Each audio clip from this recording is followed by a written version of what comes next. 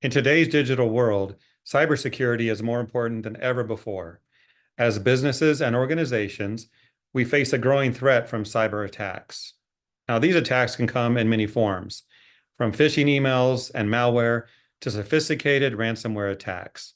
The consequences can be devastating, leading to data breaches, financial loss, and much more. These attacks can cripple your company or organization. They can wipe you out. But today we're going to focus on cybersecurity solutions and what you can do to ensure that you face the risks with an action plan to protect yourself.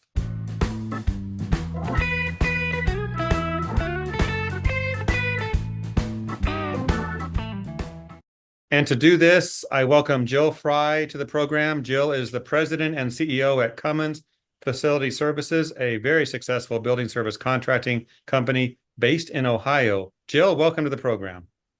Hi, Jeff. It's always such a pleasure to be in your hot seat. I've never heard of the guest chair as a hot seat. I like that. Well, it's usually a hot seat, Jeff. All right. Well, Jill, we're going to talk about an important topic today, but to set it up, tell us a little bit about Cummins Facility Services, what you do, how many clients you have, where you service the areas, and all of that. I'm president and CEO of Cummins Facility Services. We're based in Ohio. We self-perform in about 15 up to 17 states. We've really grown. We have a lot of offices in those states, and we have almost 2,000 employees. So we're really growing and getting a lot within the states, and they're self-performed. With that, we also have an IoT consortium that I co-founded about 5 years ago, and then a technology company. So we bring a lot of technology into buildings. So we want the buildings to talk to us. But right now, everybody's pretty mum. Why would you say they're mum? I think when people are talking, that's an opportunity for cybersecurity hacks to happen. So if they're quiet, they're not talking, there's not so many opportunities for that to happen. So they're kind of quiet. I understand. Okay. Now, Jill, we live in a world of cybersecurity attacks. It's just the reality. We hear about it all the time, impacting virtually any company and organization. So thinking about what you've built, your company, I know it's a family company, and of course, Ohio is your favorite state to work in, but many states you cover, 2,000 employees you mentioned. Just how troubling is the thought of a cyber attack on your company to you? What keeps you awake at night? Jeff, it's this, right? It has been this. A cybersecurity attack has been a fear of mine for at least 2 years now. I ask my vice president of finance about every 6 weeks, do we have cybersecurity insurance? Yes, Jill, we have it. But I just want to confirm over and over. A lot of my friends have been hacked. I have a friend that has a manufacturing facility. She builds ambulances, and they were shut down for 3 weeks. So no ambulances at all. So it really crippled them. And that's the point of a cybersecurity attack, right? To come in and to cripple the business or to steal information. And so there's two different directions it can go, but either direction is very troubling. I mean, the last 10 days, right, with Delta and with Microsoft and CrowdStrike and everything that was going on with them.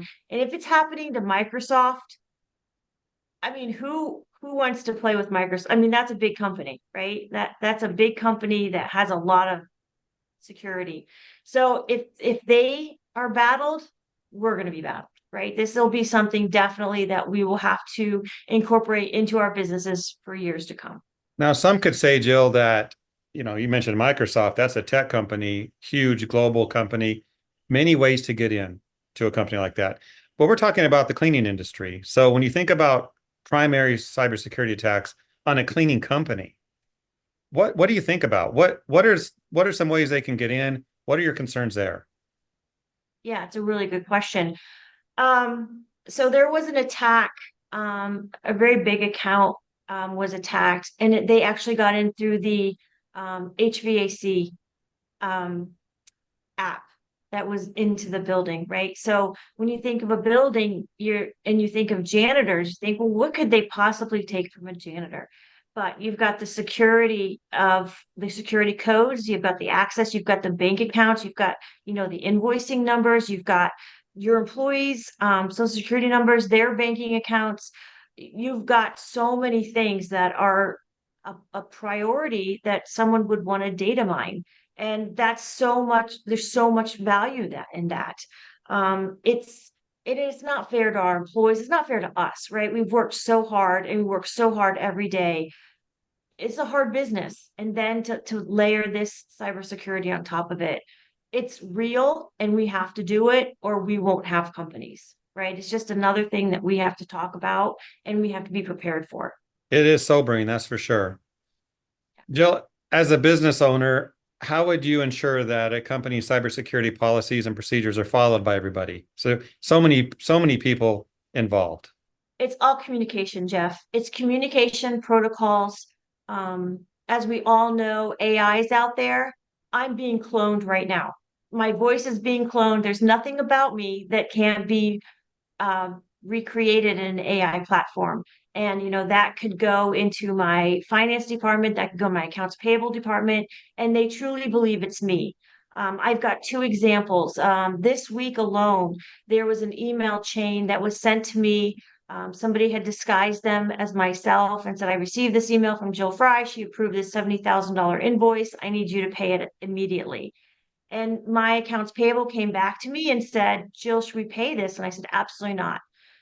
So that was key. We have secret words that we tell each other that if we're in a situation that I'm not in the office, they can say, hey, Jill, what's our secret word or what's our secret phrase? And I'm able to tell them, we have security questions and security answers.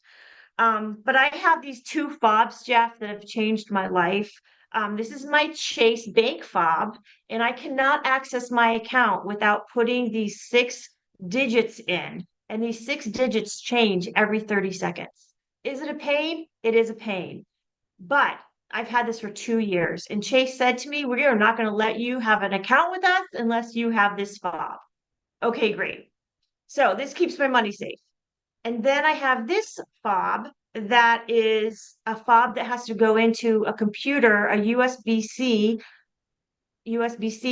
port, and I have to put my fingerprint on it. So I have to put it into the computer and in my fingerprint to verify that it's me. So no one is stealing my emails and they're not stealing my money. So I've had these for the last couple of years and they've really helped. So this is something that we're doing to prepare our company, right, against people trying to hack into our emails or hack into our money, right? That's the last thing we want people to steal is our money. We work so hard for it. And to carry this fob around, I mean, when I go on vacation, I'm carrying like anywhere I go, I have this fob and I can't get to do a Venmo or do a PayPal or anything like that. I have to have this fob. Well, at least you're So protected. super protected, Mhm. right? And I feel good about it now. And I really think since I have this fob for my emails, that the person that tried to impersonate me wasn't able to hack into my email, right? And send an email to my accounts payable. So they had to generate their own email from me. So I do think that saved me. Yeah. Well, we use technology as best we can. I'm waiting for the day when they just scanned your eyes and there's nothing else you have to carry except yourself. Wouldn't that be nice? Oh, An it's eye already scanner. happened. Just look in the camera and get scanned. So Jill, let's talk about this.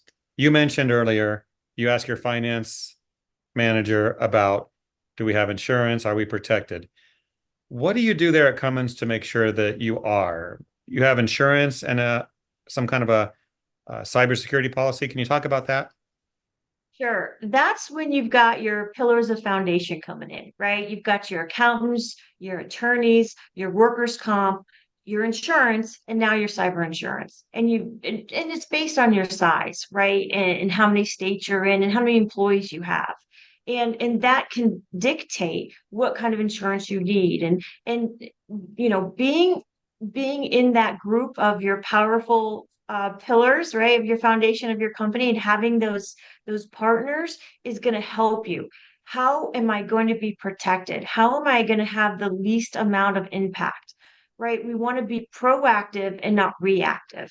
And I know that ISSA has some good cybersecurity assurance and programs out there now. And I think that that's really beneficial because we're all in this ecosystem. We're in this ecosystem together, and it's going to take our ecosystem, our foundation partners. It's going to take all of us to get through this.